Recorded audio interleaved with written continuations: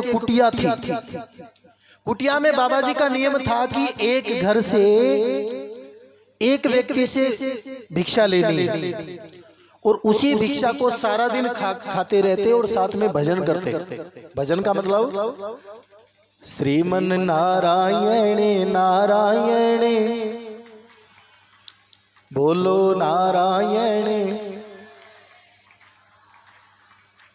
हरि नारायण नारायण नारायण हरि। श्रीमन नारायण नारायण, बस यही बाबा जी भजन करते 24 घंटा। तो महाराज एक दिन में एक व्यक्ति से भिक्षा लेनी, तो सब लोग बड़ा सम्मान करते थे बाबा जी का, क्योंकि भजनानंदी साधु थे। आज बाबा जी गलती से नगरी की बजाय थोड़े से टेढ़े चल पड़ गए राजमहल की तरफ। उस नगरी का राजा बड़ा दुष्ट था, बहुत दुष्ट था मैया। कितना दुष्ट था कि ना कोई धर्म पुण्य करना, कोई कर्म सत्कर्म नहीं करता था। बाबा जी गलती से उसी गलत रास्ते चल पड़े, जाकर के जैसे यहाँ पर गौशाला है ऐसे अश्वशाला भी होती है।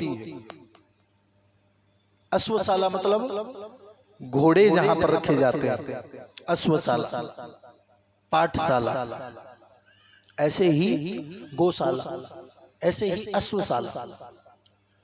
तो बाबा जी राजा वहां घोड़ों के उस प्रांगण अश्वशाला की सफाई करवा रहा था। बड़े प्रेम से सुना चुगलखोर की कथा। अब जैसे ही बाबा जी गए, जाकर के क्या हुआ कि बाबा जी ने देखा अश्वशाला पर राजा लगा हुआ है। राजा ने जाकर के राजा के सामने महात्मा ने अलख जगा दी, भिक्षाम देही। राजा सफाई करवा रहा था, घोड़ों की नीचे की सब सफाई करवा रही थी। राजा मुस्कुराया, देख बाबा का माथा खराब हुआ जो मेरे पास आ गया भिक्षा लेने के लिए। जो कर्मचारी नीचे घोड़ों की लीद साफ कर रहा था, उसको कहा ओए, बोले हाँ महाराज बाबा को भिक्षा दे। बोले महाराज मैं क्या दूं, गरीब आदमी, मेरे पास क्या है। बोले जो साफ कर रहा वही दे दे। अब वो बेचारा गरीब असमंजस में कि ये घोड़े की लीद में साधु को कैसे भिक्षा में दे दूं, मेरा तो वंश नाश हो जाएगा। राजा कह रहा है सुनाई नहीं दे रहा क्या सुने की तरह खड़ा है, उठाओ और डाल बाबा के भिक्षा पात्र में। उसने भगवान से साधु से प्रार्थना की, नैनों में विनम्रता झलक रही थी। बेबस मजदूर था, क्योंकि मजदूर का मतलब क्या होता है, जिससे मजे दूर हो जिंदगी, समझ गए ना। मजबूर और मजदूर में ज्यादा फर्क नहीं होता, क्योंकि वो तो पराये बस है। तो उसी तरीके से महाराज उसने हाथ कांप रहे थे, पर राजा का आदेश था कि भगवान मैं तो जब तक ड्यूटी है तब तक मैं नहीं, बल्कि ये राजा काम कर रहा है, मतलब मैं तो मजबूर हूं, इसलिए मुझे पाप न लगे। उसने घोड़े की लीद उठाई और साधु के पात्र में डाल दी। डाल करके राजा मुस्कुराया, बाबा और दूं भिक्षा। महात्मा जी मुस्कुरा के बोले भगवान तेरा भला कर, और की जरूरत नहीं है, इतना ही काफी है।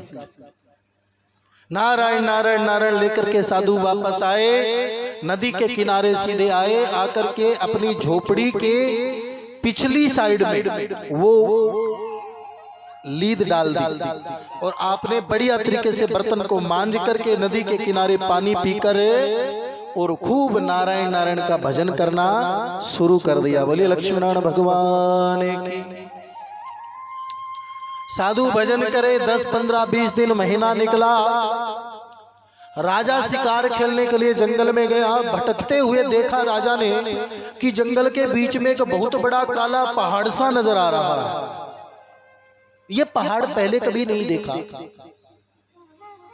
देखता हूं नजदीक जाकर के। राजा धीरे धीरे जंगल में महाराज पहाड़ के नजदीक गया, देखा काला पहाड़ है। पास में जाकर के जैसे ही उसको देखा तो देखा ये तो घोड़े की लीद का इतना बड़ा पहाड़ है। अब इतना बड़ा पहाड़ घोड़े की लीद का, इसका मतलब घोड़े कितने ही होंगे। मुझे लगता है जरूर कोई दूसरा राजा मेरे राज्य पर कब्जा करना चाहता है, इसलिए इतने घोड़े लेकर के आया है। मुझे पड़ताल करना होगा कि कौन है जो इतने घोड़ों के एक संग में लेकर के चलता है। अब महाराज उस पहाड़ के चारों तरफ चक्कर काटना शुरू किया। अब संत की कुटिया के पीछे था, इसलिए आगे कुटिया आ गई। जैसे ही आगे आई तो कुटिया है कोई बाबा की, प्रणाम किया। महाराज जी प्रणाम प्रणाम प्रणाम। महात्मा जी राजा को देख के पहचान गए, पर राजा के दिमाग में वो महात्मा अभी भी नहीं आ रहा। बाबा जी ये इतने घोड़े की लीद यहाँ पर कौन डाल रहा है? क्या यहाँ कोई राजा महाराजा आता है क्या? कोई राजा महाराजा आता है क्या यहाँ? बोले नहीं नहीं बेटा कोई नहीं आता। तो फिर ये इतने घोड़े की लीद कहाँ से आई? अरे बोले बेटा कुछ नहीं, किसी दानी सज्जन ने मुझे दान किया और मैं हूँ भगवान का भजन करने वाला साधु, तो मैं दिन रात भजन करता हूँ और भजन करने वाले साधु को दिया हुआ दान राम जी की बाण की तरह बढ़ता है। राम जी की बाण की तरह निकाल करके एक तक्ष पर जैसे ही कसा, छोड़ा तो 10 हो गए, जैसे जैसे बड़ा 100 हो गए, 1000 हो गए, और दुश्मनों पर जाकर के गिरे तो लाख हो गए। भजन करने वाले साधु को दिया हुआ दान राम जी के बाण की तरह बढ़ता है। अच्छा, राजा का दिमाग घूम गया, ये तो दान मैंने ही किया था। बाबा जी आपने मुझे पहचाना? बोले नहीं पहचाना। बोले बहुत बढ़िया। राजा बोला तो महाराज जी ये फिर दान कितना बढ़ेगा? बोले बेटा लिया दिया तो आगे आता ही है, ये दान एक दिन इतना बढ़ेगा, इतना बढ़ेगा, इतना बढ़ेगा कि देखना कुछ ही दिनों में जिस भी दानी सज्जन ने दान दिया, एक दिन उसके घर परिवार कुटुंब में यही हो जाएगा। इतना नाम लिया राजा 2 कदम पीछे को सर गया। महाराज वो तो मैं ही हूँ। राजा को बोध हुआ वो तो मैं ही हूँ। महाराज मुझे माफ कर दो, बड़ी गलती होगी। राजा बोला महाराज कुछ कृपा करो। महात्मा बोले देख भाई मैं कुछ नहीं कर रहा, देखो हम जो कर्म करते हैं ये क्या पता भगवान माफ कर दे। बहुत सुंदर बात है, ध्यान देना। क्या पता भगवान माफ कर दे, परंतु हमारे कर्म हमें माफ नहीं करे। समझ रहे हो क्या? जो हमने कर्म किए हैं ना उसको भगवान माफ तो कर देंगे, परंतु वो कर्म हमें माफ नहीं करेंगे। इसलिए बहुत सुंदर बात। राजा बोला महाराज कोई तो समाधान होगा, आप साधु हो। साधु का मतलब साधन ही होता है, कोई साध दो बात को। साधु बोले एक ही उपाय है। क्या? कि राजा नगरी में अगर तेरी झूठी लोग निंदा करे, झूठी चुगली करे, 1-2 आदमी नहीं पूरा नगर एक साथ तेरी चुगली करे, तो ये पहाड़ खत्म हो सकता है, वरना नहीं हो सकता। राजा बोला महाराज वो तो मैं करवा दूंगा। बोले कैसे करवाएगा? बोलो वो मुझ पर छोड़ दीजिए। फिर कितने दिनों में हो जाएगा? बोलो 2 ही दिनों में। अगर सारे गांव के लगे तो 2 दिन में तेरा साफ हो जाएगा। बोलो पक्की बात है? बोलो पक्की बात। ठीक है महाराज अभी जाता हूँ। सीधा राजा गया, जाकर के महाराज नगरी के जो मंदिर का पुजारी था ब्राह्मण, उसकी बेटी का हरण दिन दहाड़े किया। घोड़े पर उसे बिठाया। पंडित जी रो रहे थे, चिल्ला रहे थे मेरी बेटी को छोड़ दो राजा, अन्याय मत करो। और महाराज भरी नगरी के बीच में सब नगरी के लोगों को यूं दिखा दिया कि राजा ब्राह्मण की बेटी का हरण करके ले गया जबरदस्ती। पूरा गांव लग गया दुष्ट राजा, भगवान तुझे बख्शेगा नहीं, तू कुत्ते की मौत मरेगा। सामने कोई नहीं बोल रहा, पीछे से कर रहे हैं और बना चढ़ा करके बोल रहे हैं। राजा चला गया। राजा सीधा का सीधा जाकर के अपनी महल में गया, ब्राह्मण की बेटी को नीचे उतारा। नीचे उतार कर पैरे पड़ गया। पैरे पड़ के बोला बेटी तू ब्राह्मण की बेटी है और मैं ब्राह्मण भक्त हूँ, तू मेरी बेटी से ज्यादा अच्छी रहेगी और सेफ रहेगी, चिंता मत कर। राजा ने अपनी बेटी को आवाज दी, बेटा जा तेरी बहन आई है ब्राह्मण बेटी, इसका खूब ध्यान रखना, खूब लाड प्यार रखना, कोई चीज की कमी मत छोड़ देना। अब वो वहां पर महाराज राजमहल में राजा की बेटी के साथ में ठाट करे। राजा के मन में बेईमानी नहीं था, बल्कि इज्जत थी उस लड़की के प्रति। पर गांव वालों ने महाराज एक ही 10 बना बना के, राजा दुष्ट यूं था, दूसरा बोला मैंने उसको देखा, वो बेचारी को यूं ले गया, उसने यूं किया, उसने यूं किया। पूरी नगरी में राजा की तबाह मचा करके रख दी। ध्यान से सुनो, तबाह मचा करके रख दी। इतनी चुगली की कि महाराज 2 दिन कहा, रात रात में पूरी नगरी, अरे जो राजा ने काम किया ही नहीं, लोग उसको ऐसा बोल रहे, यानी झूठी निंदा की। रात रात में पूरा का पूरा पहाड़ चाट गए। दूसरे दिन सुबह राजा पहुंचा, जाकर के देखा नजर नहीं आ रहा, पीछे ध्यान से जाकर के देखा तो एक तसला अभी भी बाकी था, सारा नहीं चाटा, एक तसला बाकी था। राजा भाग के बोले महाराज पूरी नगरी मेरी चुगली निंदा कर रही है, फिर भी एक तसला कैसे बच गया? महात्मा बोले नगरी में अभी भी एक बुढ़िया है जो ना किसी की तेरी करे ना किसी की मेरी करे, सारा दिन भजन करती हैं जैसे खरेका की बुढ़िया माताएं करती हैं। कृष्ण बलदेव की, किसी की चुगली निंदा नहीं करती। बोले अच्छा महाराज कहाँ मिलेगा, कहाँ मिलेगी बुढ़िया?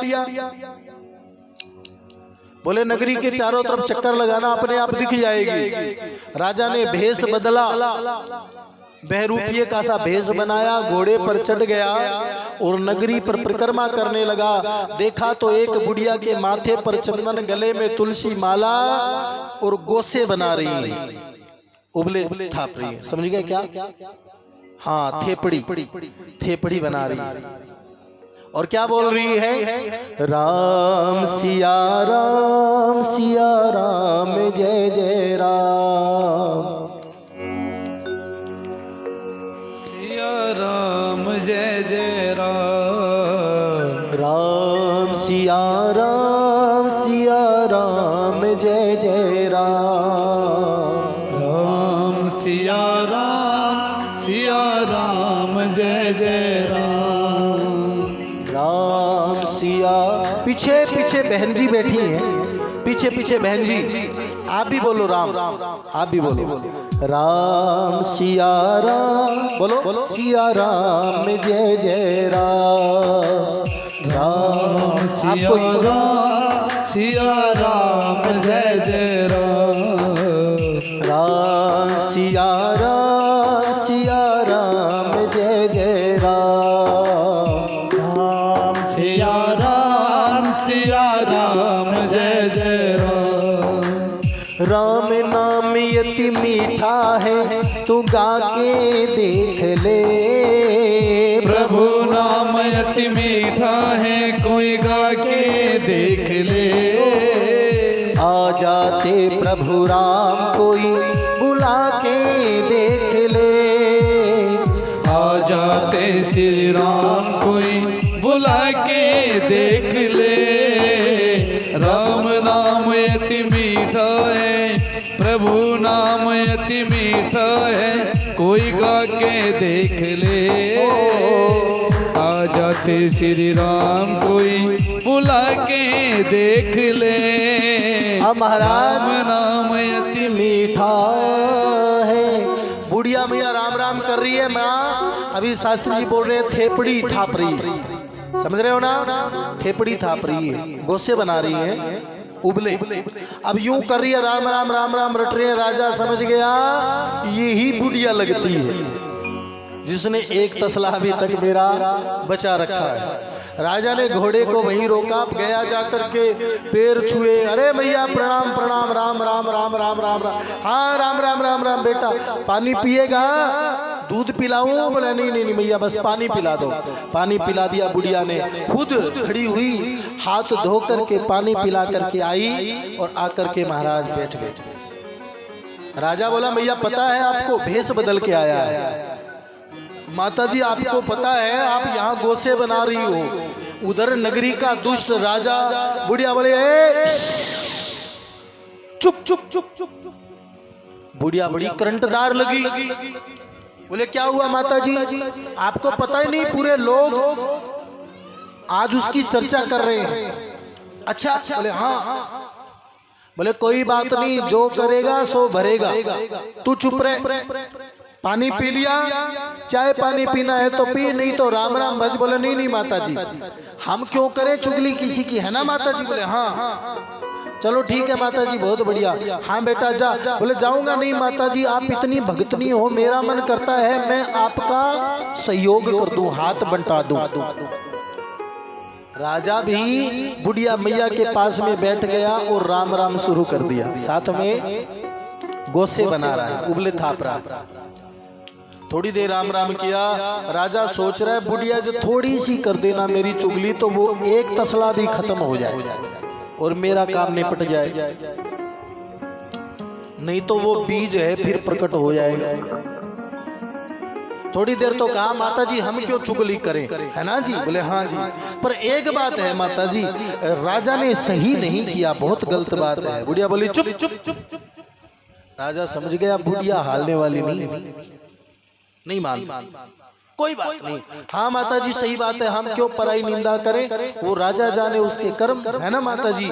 हाँ राम राम राम राम राम राम राम राम। पर माता जी एक बात समझ में नहीं आती कि देखो बेचारा ब्राह्मण तो भगवान की पूजा करता है, राजा तो भगवान का रूप होता है। देखो बात की बात कहने में बुराई नहीं है। माता जी आप हाँ और ना में ही जवाब दे दो, राजा ने सही नहीं किया है ना। बुढ़िया बोली ओए खड़ा हो जाए यहाँ से। अब माता जी मैं वैसे नहीं कह रहा, मैं तो वैसे ही कह रहा हूं। राजा को गुस्सा आ गया। राजा महाराज फिर भी अपने आप को कंट्रोल कर रहा है। हाँ हाँ ठीक है सही बात है माता जी। राजा ने सोचा जिस काम के लिए वो काम भी नहीं हुआ और संत को गोबर क्या दिया, आज मैं भी बैठा गोबर था। देखो लीला, हद तो तब हो गई। थोड़ी देर बाद में राजा को गुस्सा आ गया। राजा महाराज गोबर को छोड़ते हुए झट से खड़ा हुआ। बोले माता जी बात की बात नहीं कह रही, ये कोई चुगली होती है, कोई निंदा होती है। बताओ राजा ने ब्राह्मण की बेटी का हरण कर लिया, क्या ये अच्छी बात है? बताओ बुरी बात है कि नहीं है? बुढ़िया थोड़ी देर तो देखती रही। बुढ़िया भी झट से खड़ी हुई, गोबर को छिड़क के बोली, ए राजा तू कितने भी भेष बदल ले, मैं भी ठाकुर जी का भजन करने वाली बुढ़िया हूँ, तुझे एक तसला तो खिला के ही रहूंगी। बोलिए कृष्ण बलदेव की। एक तसला तो तुझे खिला के ही मानूंगी, नहीं करूंगी तेरी चुगली, तू ही राजा है। ये बात उन लोगों के लिए है जो दिन रात चुगली करते हैं, दिन रात निंदा करते हैं। जो लोग कह रहे हैं ना कमेटी वाले खा रहे हैं, कमेटी वाले ये कर रहे हैं,